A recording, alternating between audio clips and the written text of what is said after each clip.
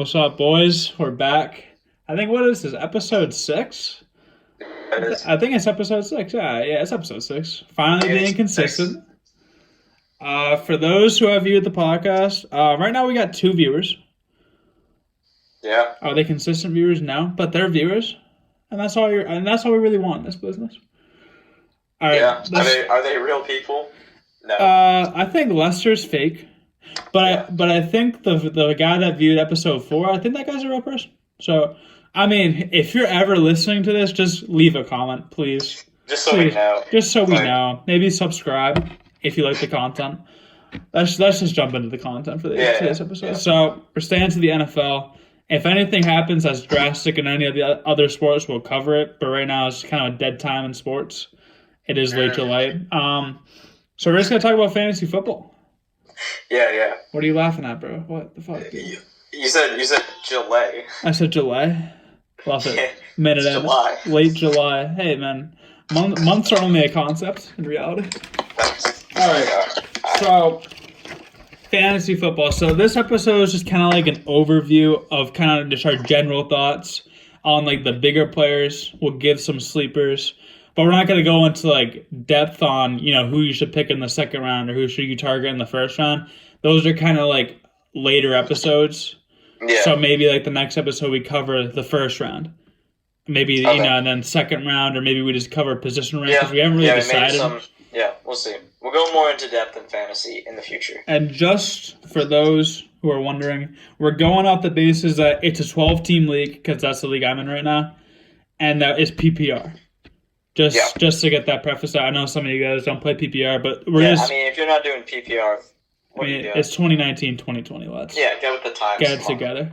All right, so we're just kind of give an overview, as I said. So we're gonna go through like players that we consider our must-haves, guys that we're targeting heavily, and then we're gonna talk about players that you're avoiding, players that you think are overhyped or overranked in their ADP. For those that don't know, ADP is just average draft position, where they're ranked on the site that you're drafting at. So yeah, I mean, you can start us off. Let's just start off. Let's just go. Let's alternate. Okay, Go from sounds the good. left side. Yeah. Okay. So for my first player, I got Allen Robinson of the Okay. Chicago Bears. Okay. And my reason is that, I mean, he's pretty much an athletic freak that He had is. like a little trouble, I think, finding his role in the Matt Nagy system. Okay. But I think after a year of having him there, Matt Nagy will figure out a way to use him effectively. Because really, I think he has the potential to be like, fill that like Alshon Jeffrey type role. Okay. Because he's a person that can really get you significant red zone targets and down the field passes. Yeah, that's what I was gonna talk about. Like you got the quick passing game, you can just hit it deep to Allen Robinson. And I was looking at ADP, he's 76 ADP. What site did way you too use? low. Out of curiosity, Wait, what did you say? what site did you use? FantasyPros.com. So you know it's Okay. legit. It's Fantasy Pros, you know. So I think on Yahoo he's around like the 40 to 50 range. So I think he's around Okay. back of the 4th, top of the 5th, if I'm correct. I mean, Even so, like ADP. No, it doesn't really change your argument that much now. yeah, I think he really finds his groove and becomes like the lead playmaker Okay. for the Chicago Bears, which is a great position to be in. I think Allen Robinson is a good target if your focus is running back. So if you go running back in the first 2 rounds, then Allen Robinson is a good guy to grab with like low wide receiver one upside. Yeah, I mean, or you could get like a solid wide receiver 2 in Allen Robinson. No, but you get what I'm saying, because if you're like Yeah. running back heavy, Allen Robinson's a good guy that you can grab just for consistent exactly. basis. So Yeah. I'll go with one of my must-haves. So just as a preface, in this year's fantasy, for like everyone wants a top 4 pick. That's kind of like that should be on everyone's must-have. And the reason are like just considering that no one in the league's a dumbass and takes a receiver or outside of these 4 players. So basically, in the top 4, you got in no order Saquon, Zeke, Kamara, and McCaffrey. And I feel like if you get any of those, you're starting yourself off with you're set basically for your running back. And then on like the turn or in the next round, you're left with good players. I think you're like the 17th pick or whatever, where you could grab a top tight end in George Kittle. You can kind of grab a Tyreek Hill right now. His ADP is going to skyrocket though. But just kind of guys that I'm targeting. We'll just go with one player, just to kind of keep at the one player. I am targeting Evan Ingram. I Really? feel like Okay. Evan Ingram's targets go through the roof without Odell in the offense, and Yeah. obviously Odell got traded. So I feel like Evan Ingram is a good guy where you can grab that you're not gonna spend high draft capital like a top three tight end and Travis Kelce, George Kittle, and Zach Ertz. That's a second round pick at the minimum. Yeah. So you can get Evan Ingram in kind of like the sixth or seventh round. I'm pretty sure he's kind of on the lower tier. And I mean, especially in PPR, he's going to get a lot of targets this year without Odell in that Yeah. offense. And while Eli Manning or Daniel Jones, they both kind of suck. While even though Daniel Jones is unproven, I feel like Evan Ingram's just a good guy that you can grab, especially at tight end. Tight end, Yeah. yeah. I feel like the main issue with him, I had him last year in fantasy, is the consistency. Yeah. I mean, sure. I mean, some games he can go off, kind of, but I mean, he'll probably No, like his targets go up a lot. I think like yeah, with Odell, he averaged 4 catches a game, and then without him, he averaged 6. yeah. So I'd be okay with So Evan Ingram. if you span that over 16 games, considering he plays all, that's 32 more catches. You know, like that's just kind of. I'd be comfortable with Evan Ingram as my tight end. All right, so let's just go on to players you're avoiding. Okay, I only have a couple of these, but Okay. actually, yeah, I only have two. I'm going. First one is Dalvin Cook Okay.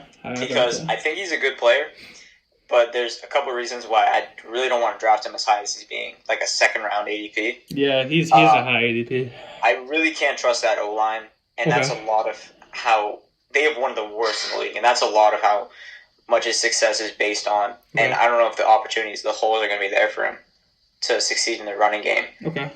And also, the injury history is also pretty concerning. Okay, yeah. Because I don't know if I'm picking someone, I want to know, like, I want to be confident that he needs to be in the lineup. You know. Okay, so I agree with you. I just kind of expand on that. I have the entire Vikings offense. I'm not saying that the Vikings offense is like bad, but I just feel like Thielen and Diggs. I think Thielen's like 25th ranked and Diggs is 30th ranked. Okay. So in that range, you can get a guy like AJ Green where you know he's going to get targets, or you can get a guy like Keenan Allen where there's just guys there where if you're picking receiver, like they're not fighting for targets. You get what I'm saying? Yeah, okay. Like Boyd and Mike Williams aren't going to steal targets from Keenan Allen and AJ Green, considering that they're both on the field. And then on Dalvin Cook, I just feel like he's a good player, but he's not top of the second player. Exactly. Like and also in Minnesota the offense doesn't run through him. Yeah. You know, while Joe Mixon, who's ranked 16th, like Zach Taylor has publicly said that the offense is gonna run through him.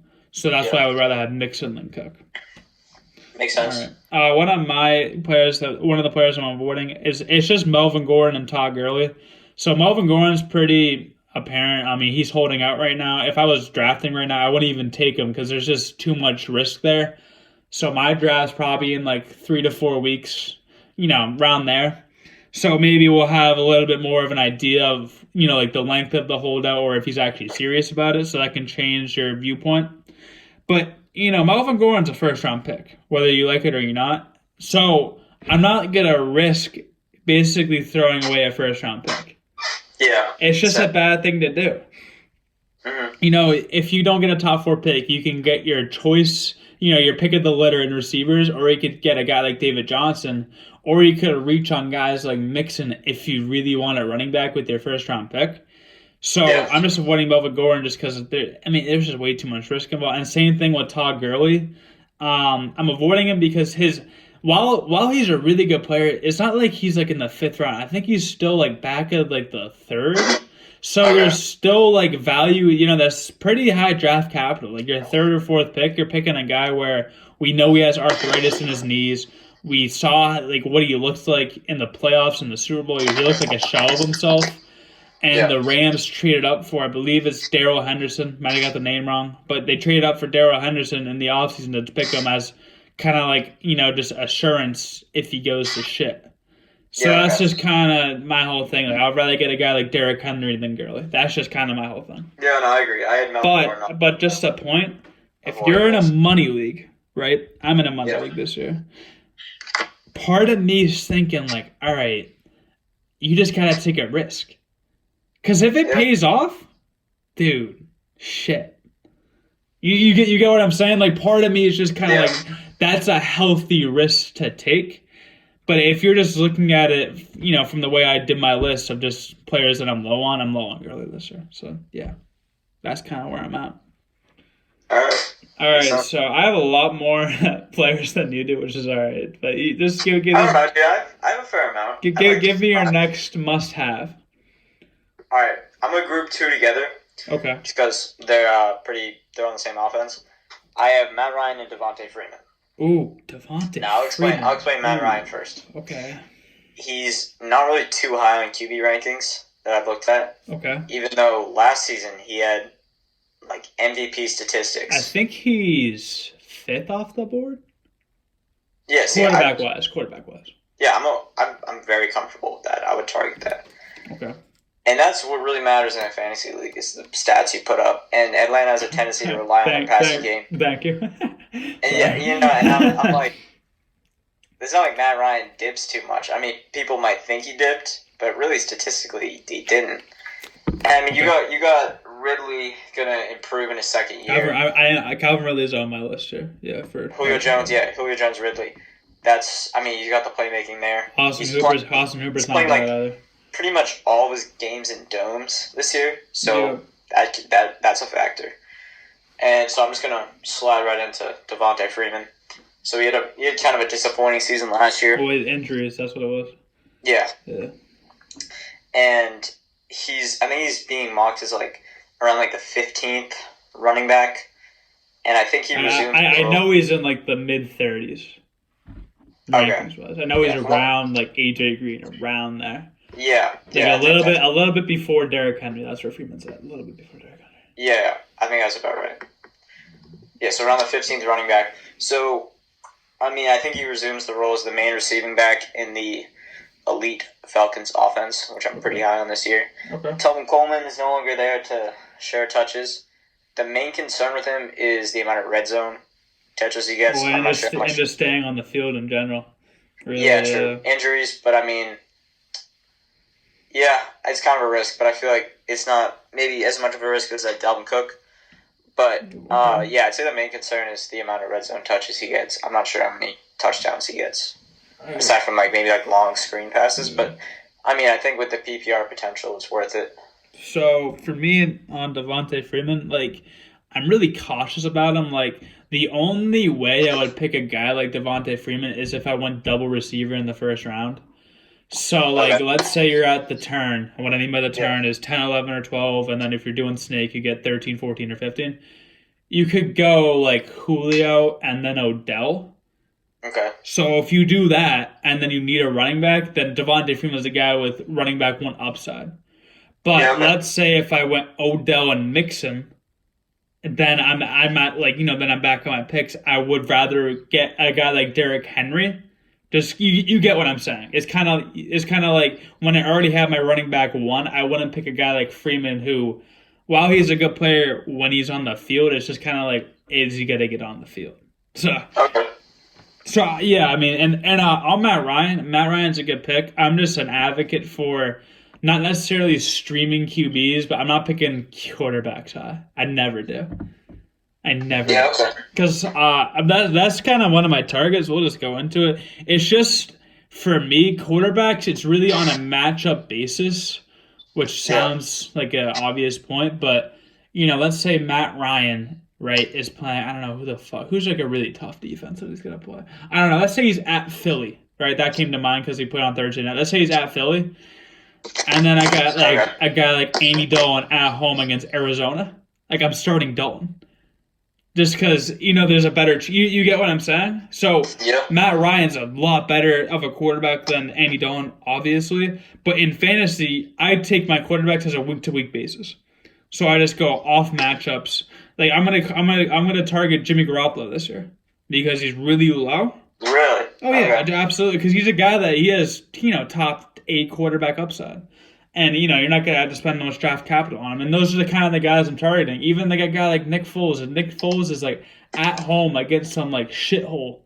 Then, you get... that's kind of how I run my quarterbacks. You love to see it. So, just kind of, I mean, that was one of my targets. Just wait on quarterbacks. If there's a specific guy that you want, I don't know, like Cam Newton or something, then sure, that's not much draft capital. But I would not advise picking like Mahomes in the third or Watson in the fourth or Rod. No, don't do that stuff. Yeah, no, I agree. I agree.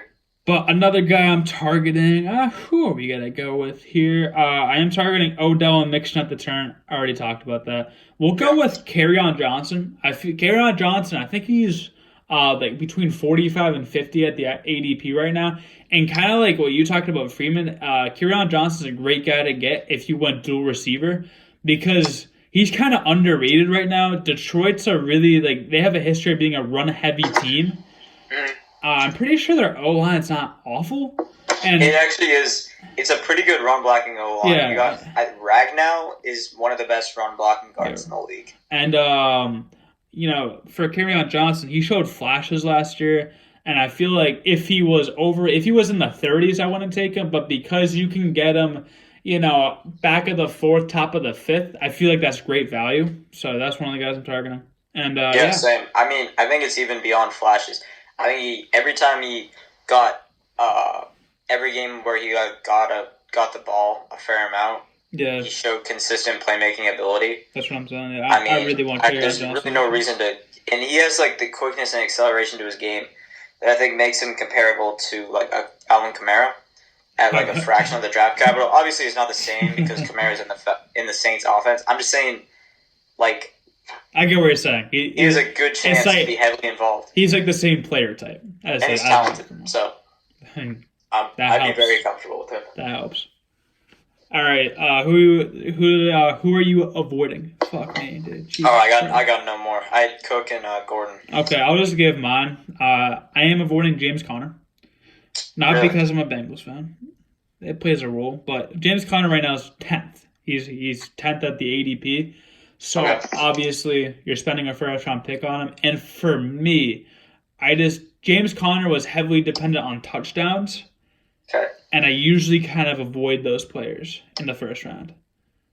So what I mean by that's one of my other avoiding, like, touchdown dependent players, because I feel like that's just, you're really playing with fire there. Like if James Conner doesn't get a touchdown, he's only really going to get like 10 to 12 points. And that's not good for your first round pick. So I'm avoiding James Conner because, if you have the 10th overall pick, right? Julio could be there. Maybe Devontae Adams slips to you. You could pick Odell and then get mixed on the turn, which is what I'm trying to do if I get one of those back of the first picks. So I'm just not really sold on James Conner, kind of like Dalvin Cook. Dalvin Cook's 14th. I'm not sold on either of those players to spend that much draft capital on them. Okay. Let's just go through my avoiding. You can give your thoughts on them. Right. I am avoiding Nick Chubb. Really? Nick Chubb he's slowly but surely getting into the first round. And here's why I'm avoiding Nick Chubb. Okay, Nick Chubb's a great player, a lot of talent.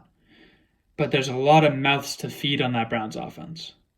Like, you have Odell. He's Odell. You have Jarvis Landry. He's like a 90-catch guy a year. Antonio Callaway made flashes last year. David Njoku's a good tight end. Wait, is Callaway still there? Yeah. Yeah, he is. I was thinking of someone else. My bad. You're good. So for me, Nick Chubb, while he's a good player, especially in PPR, I feel like spending back of the first, top of the second capital is just not smart when he can get a proven thing in a Julio Jones. Something like that. So, all right, so you're worried about like touches? Yeah, and also Kareem Hunt comes back. So True. Just to think about, like, obviously, when I'm drafting, I'm really thinking about the first 6 weeks, because after the first 6 weeks, that's when waiver wire additions really play a role. That's when they start popping up. Yeah. So once Kareem Hunt comes back, let's say that Kareem Hunt was the Kareem Hunt we saw in Kansas City, Chubb's probably going to split carries, probably. Maybe. That's maybe. I think with Nick Chubb, the highs will be very high and the lows might be low. I think he'll be kind of a streaky player depending on.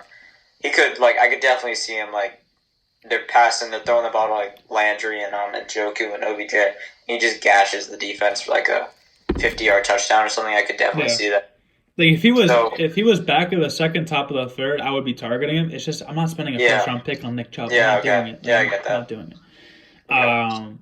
Keep going down the list. I'm not targeting Rams wide receivers at their current ADP.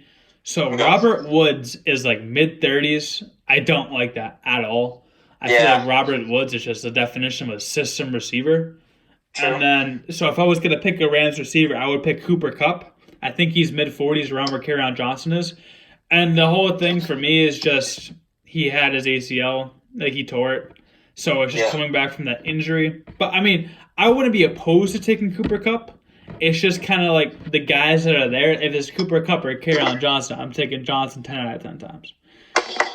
Okay. And then, how do you feel about Brandon Cooks? Brandon Cooks is interesting. It kind of depends on the way my draft's going.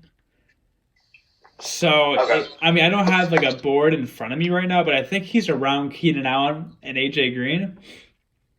I think he's a little bit lower than them. Okay, so let's say he's mid to late 30s. It's tough. That's tough. That's a toughie.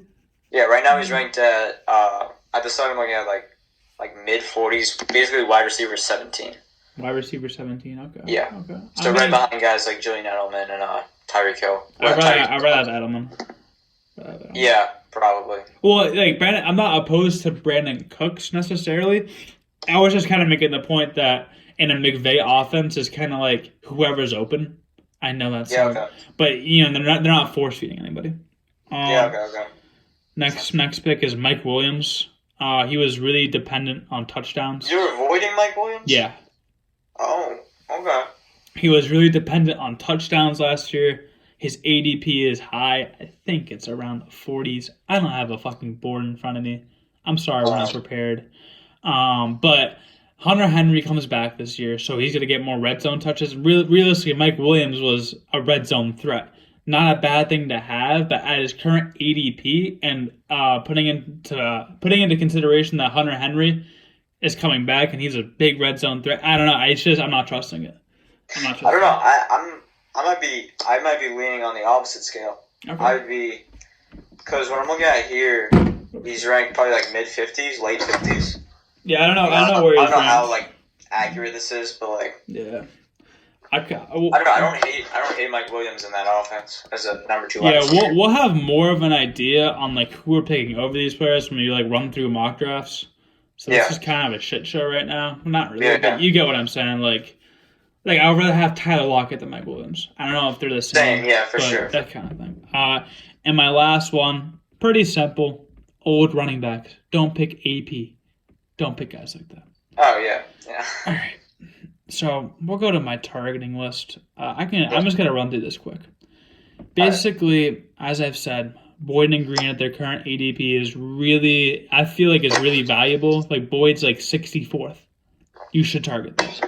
Okay. And then I just threw in John Ross. He's got to go undrafted in most leagues. So if you have an open bench slot, he might break out this year in a new offense under a new coach.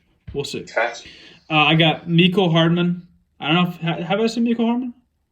No, you haven't. Not yet. So with Mecole Hardman, I feel like obviously the Chiefs traded up to get him, and the Chiefs' biggest concern is their defense. So it says a lot that they traded up to take a receiver. And really, like, I don't know where he's getting drafted, but I feel like he's a guy you should target because anybody works in that Chiefs offense. All that needs to happen is, like, let's say Sammy Watkins goes down, which Sammy Watkins is a really injury-prone player, or Tyreek Hill gets, let's say Tyreek Hill actually gets suspended. I don't know. They find something. I don't fucking know. He's just kind of a guy where it's kind of like late-round value, where it's kind of like a boomer or bust. So it's the potential. Okay. Yeah. Next player, we have Tyreek Hill at his current ADP. Tyreek Hill is like 20th. That's absolutely ridiculous. He's going to go up. I don't got to say much more. When you guys are drafting, he's probably going to be around 8 to 10, I would assume. Yeah. Justin Jackson, Darrell Henderson, those are the quote-unquote handcuffs for Melvin Gordon and Todd Gurley. Basically, they're backups. So if Melvin Gordon holds out and Todd Gurley gets injured or they're not comfortable playing him, you can get guys like Jackson and Henderson. Where if you plug him into, I'm doing that too. If you really want to, you could also go Eckler. I don't know, like who's. I would rather have Jackson than Eckler. I feel like Jackson's gonna get the bulk of the carries. Yeah, see, really, I have no idea when it comes to that. Next is Amari Cooper. Amari Cooper is 29th. I've done mock drafts. He's around Keenan Allen and AJ Green. So I'd rather have Amari Cooper over both of those guys just because we saw what he could do in that Cowboys offense. Okay. And even though that he his contract expiring next year, he's not pressuring the Cowboys. He's not going to hold out, which means that he's betting on himself. He's playing for a contract, which is big motivation for a player. So I like that. And yeah, I feel like he just works in Dallas. He's a guy that I would want. Next, I have a lot of players here. Sorry. Basically, the Packers offense I'm targeting, I just feel like with Aaron Rodgers, there's always that 60-yard touchdown to Geronimo Allison. Just weird players. Or I feel like his name is Marquez Van Scout. I don't know his name. The weird name, the kid from Notre Dame. And then Devontae Adams. He's a great first-round pick. Especially, if Rodgers is on the field, Devontae Adams is going to be a great pick. Yep. Last players, Alshon Jeffrey. I feel like Alshon Jeffrey's a good get. Alshon Jeffrey, okay. Yeah, Wentz loves targeting him. I don't know. I'm really high on Philly this year. I'm really high on Wentz if he can finally stay healthy. And I feel like besides Zach Ertz, Alshon Jeffrey is his favorite target in the offense. And then lastly, 2 rookie running backs, David Montgomery of Chicago. I kind of want whatever is in Chicago's offense. I feel like Nagy kind of works wonders, as you talked about with Allen Robinson. Yeah. And then Josh Jacobs. It's just the amount of carries he's going to get. Yeah. Touches he's going to get. All right, so I just kind of rambled on. So I have two people. Oh, love it. Yeah, I have 2 people. One, it's kind of a homer pick, but I got my guy Leonard Fournette, just because, I don't know, he's generally in the late 3rd, early 4th. I mean, it's a revamped offense with DeFilippo running, and it will run through Fournette, and he'll be fully healthy, hopefully with his hamstring and ankle injury behind him. Definitely more involved in the passing game than he was in the past, as that's just kind of the MO for the DeFilippo system. You got Foles to try to open up the passing game, not necessarily facing 8-man boxes constantly. I think he could have a quietly good season. I don't know. I think Fournette's going to have kind of a bounce back year. It's just at his current ADP, I'd rather have Josh Jacobs than Derrick Henry.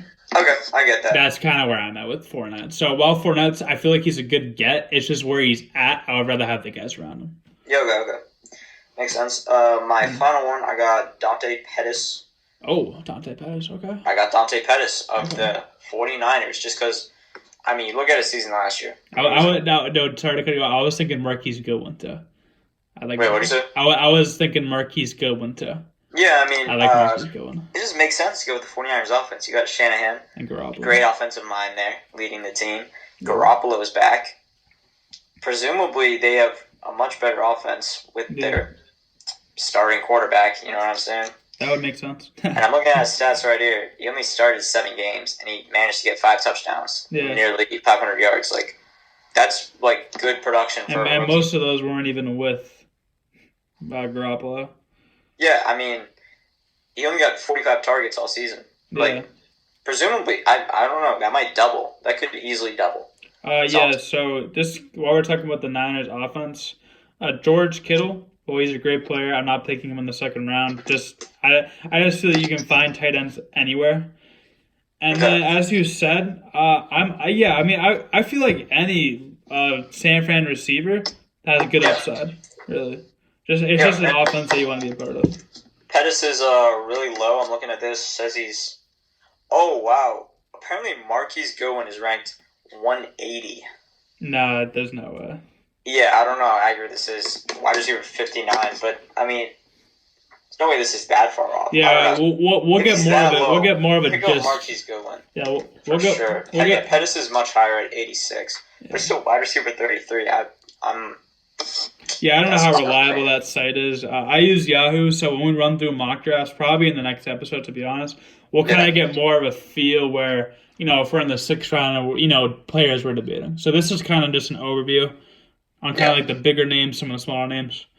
We'll go a lot more into depth on certain positions, certain teams, mock drafts, whatever. Yeah, for sure. Leave some comments down below. Just comment on anything, really. How about the cause? All right, so that's just it for fantasy football. This is going to be a hot topic for the next month, and really just for the until fucking February, until there's no more fantasy football. I mean, yeah. All right, so we're kind of introducing a new segment of the show. So this segment usually is set aside for entertainment purposes. Last episode we did plot for a TV show. We've talked about albums like Dreamville's album. We'll talk about Chance's album when it comes out. So now we're kind of going like the food review side of things. I mean, I don't really know what else to call it. That's just kind of what we're doing. I mean, yeah. So basically, we went to Domino's. We did go to Domino's about like 3 hours ago. And, roughly. Got the experience, the Domino's experience.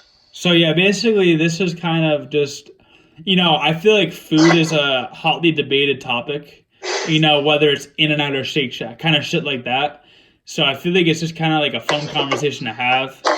Yeah. And also, I mean, food's lit. If you don't like food. I mean, yeah. If you haven't tried it yet, would recommend. Oh, yeah. All right, so we have 6 different, categories, basically. Categories. Out of 10. Oh, out of 10. So I'll just run through them. Yeah. We got customer service.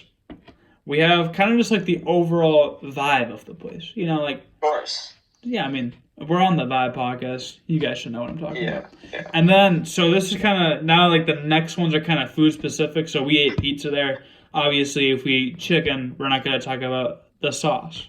It's pretty simple. So we have, for pizza, we have sauce, the cheese, and the bread / the crust.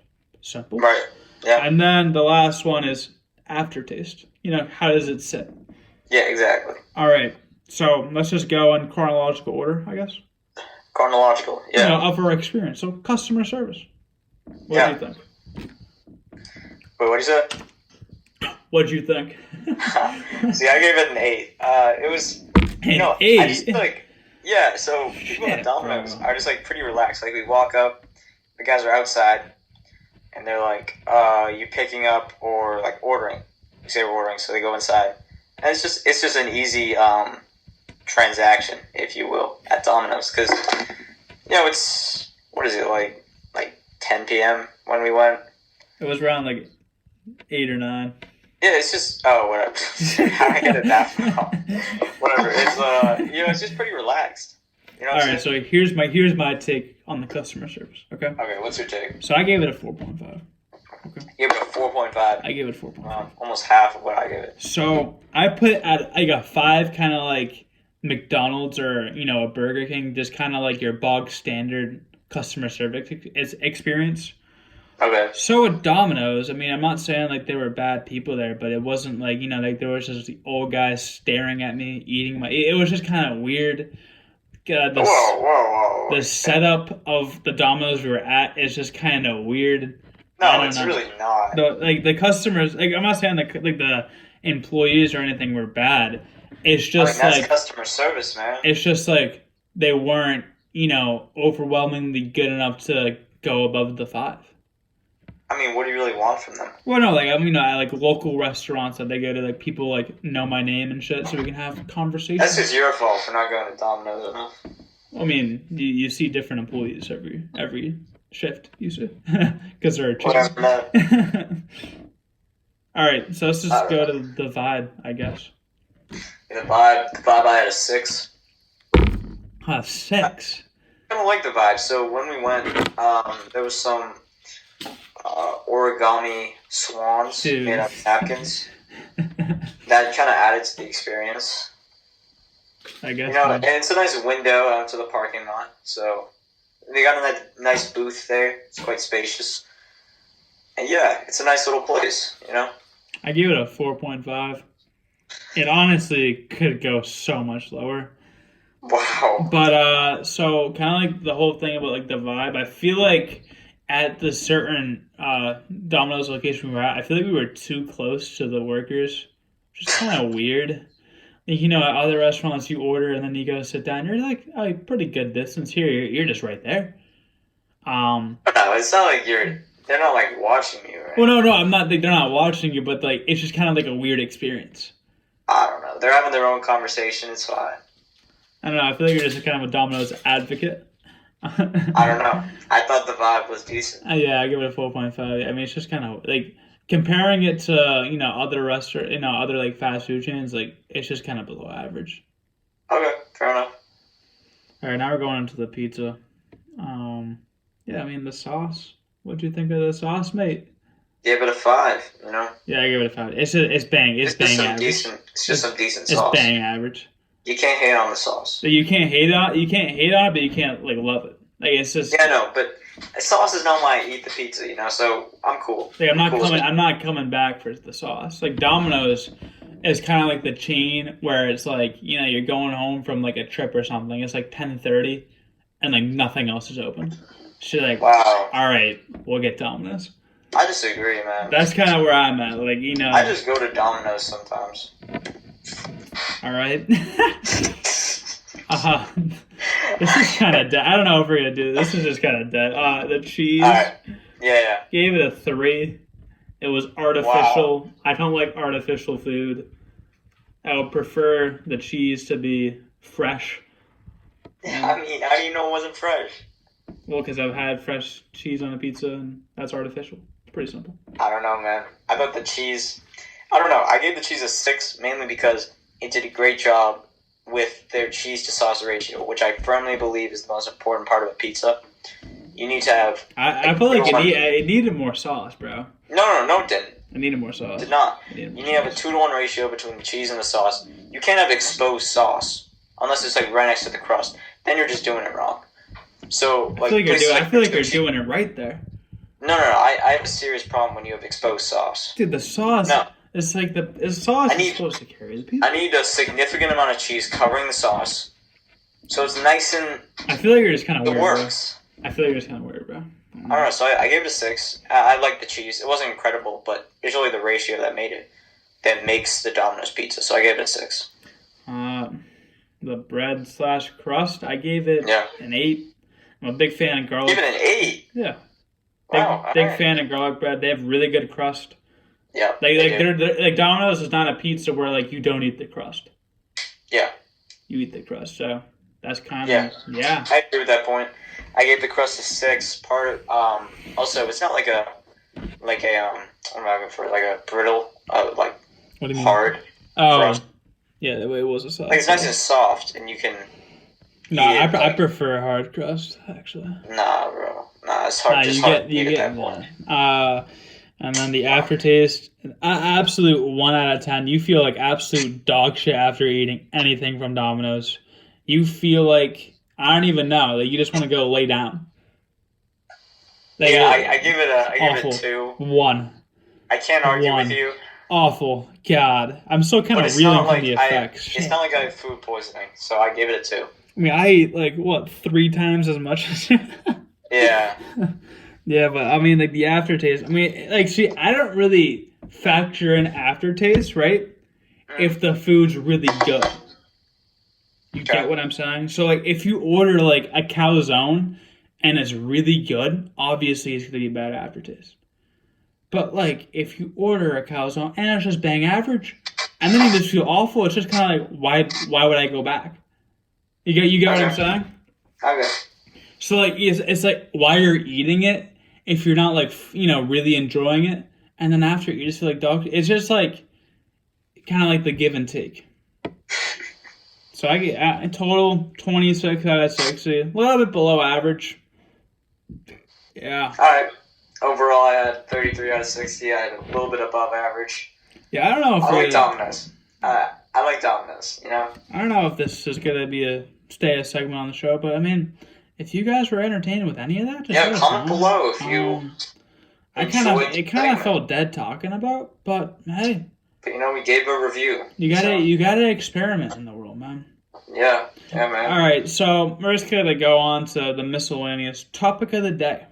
Yeah. So this kind of relates to my inspiration. I take full responsibility for all miscellaneous topics for those that don't know. Whoa! Dude, you haven't gotten one, mate.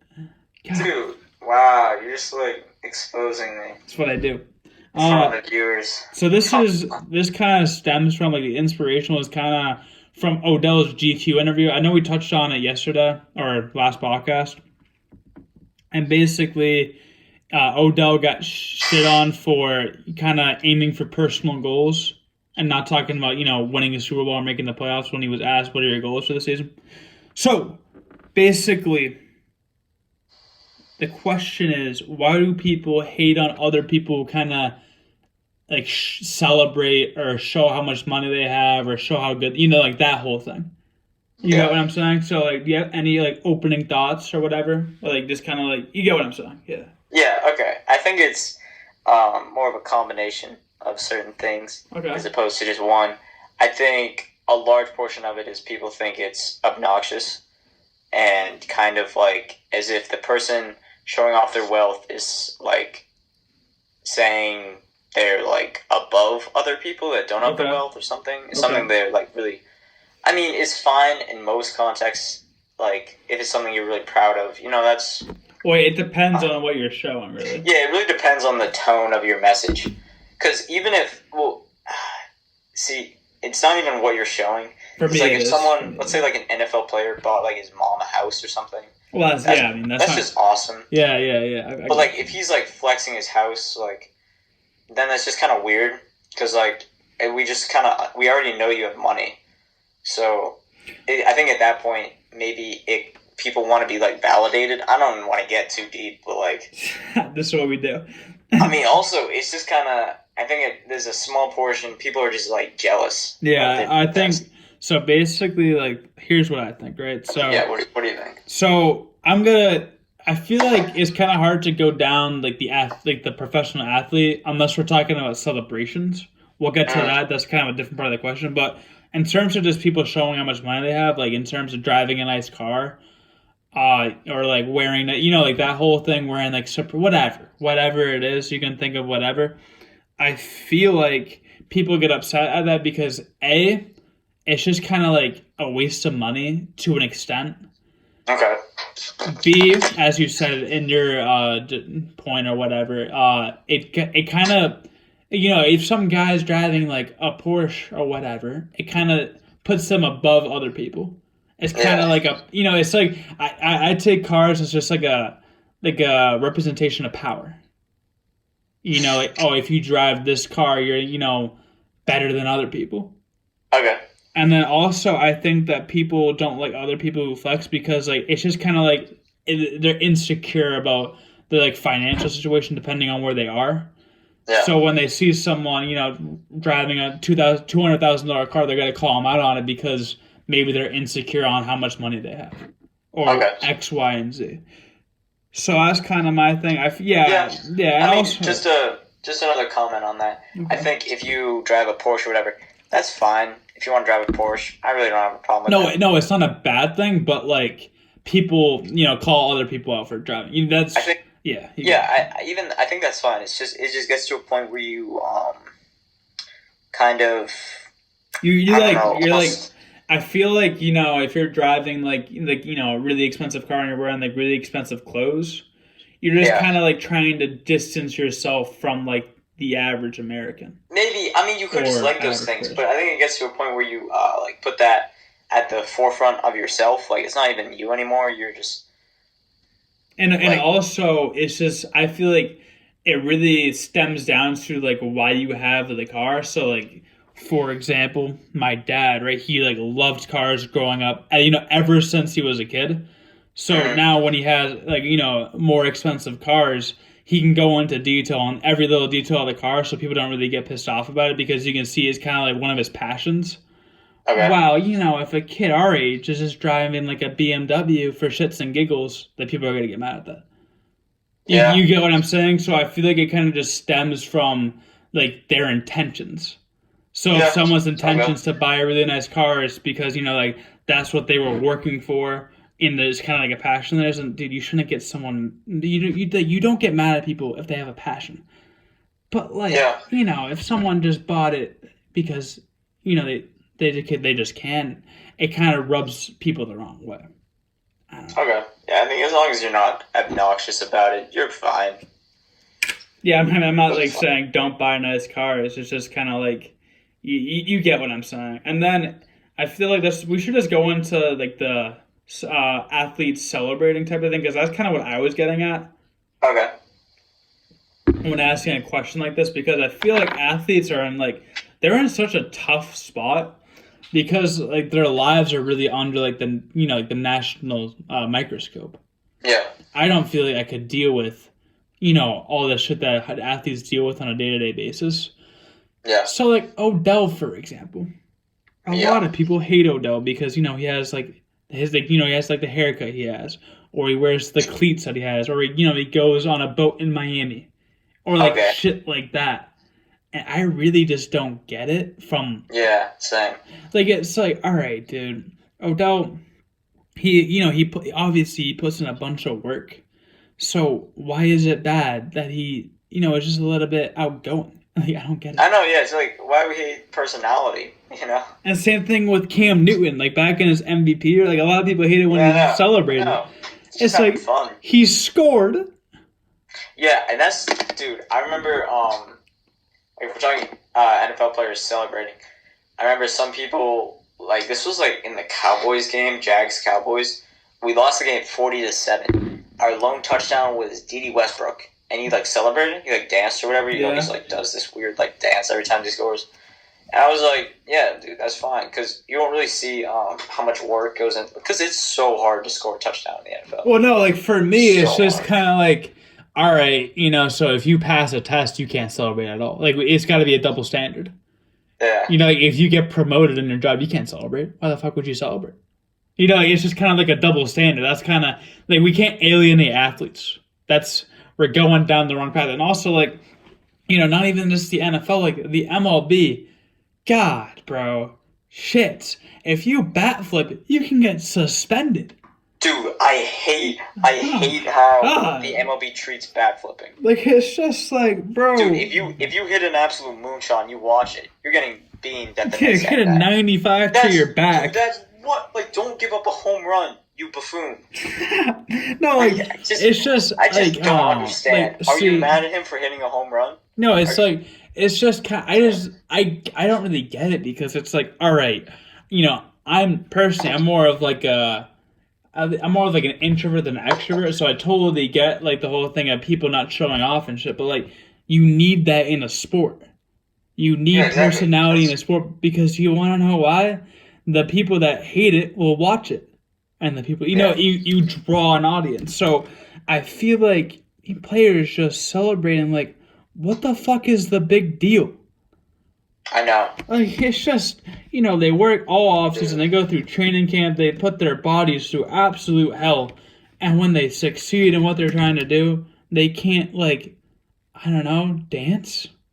I know, yeah. Dude. Like, what are we talking about? Going back to the bat flip thing, that's one of the most infuriating things. Oh, no, that's just baseball. That's just baseball. No, I know. It's one of the most... Baseball is so behind on, like... I just don't understand how... That it's just... Yeah, it's like... I mean, baseball, they're really struggling with, like, the lack of personalities. I'm not like, blaming a guy like Mike Trout. If that's who Mike Trout is, then that's cool. Yeah. But, like, Bryce Harper, he's one of, like, the most marketable players in the league, and he's not that good. Like, he's really not that good. So, baseball's... Well, no, he's not that good in terms of how much hype he gets. Like a guy like Cody Bellinger and Christian Yelich are hitting, like, 330 this year. Yeah. So, I just feel like the MLB is struggling to, like, have a draw. Because, kids our age are not watching baseball unless, like, they love baseball. Not at all. Like, I haven't watched more than one inning of baseball since, like, 3 years ago. Yeah. And, like, we live in New England, and the Red Sox won the World Series. Like, I don't really care. Yeah, I just really didn't care. Yeah, I mean, like, I'll watch more of it this year because I played the baseball video game on the PS4. I know that's kind of a bad reason, but, like, I kind of know more than I did last year. Okay. So I'm kind of more interested in, like, the wild card race and stuff. But, I mean, if you're baseball, like, you're fucked, basically. Like, about 20 years, you're fucked. Back to, just NFL and NBA, like, we shouldn't alienate athletes because, like, they celebrate or they speak out on politics. Yeah. Like, it just doesn't really make sense to me. Like, agreed. Yeah. And, like, another example is, like, Piers Morgan calling out Megan Rapinoe for, like, the whole World Cup celebration. Like, it just... Oh, yeah. This is weird. Like, it's like, all right, if you really have a problem with someone celebrating and you're in the sport, then don't allow them to, do something that would warrant a celebration. It's pretty simple. Exactly. It's pretty simple. All right. And it's harmless. It doesn't hurt anyone. It's just a celebration. And kind of back to the question of why do people hate it? I feel like people hate it because they kind of want to be on the same level as them.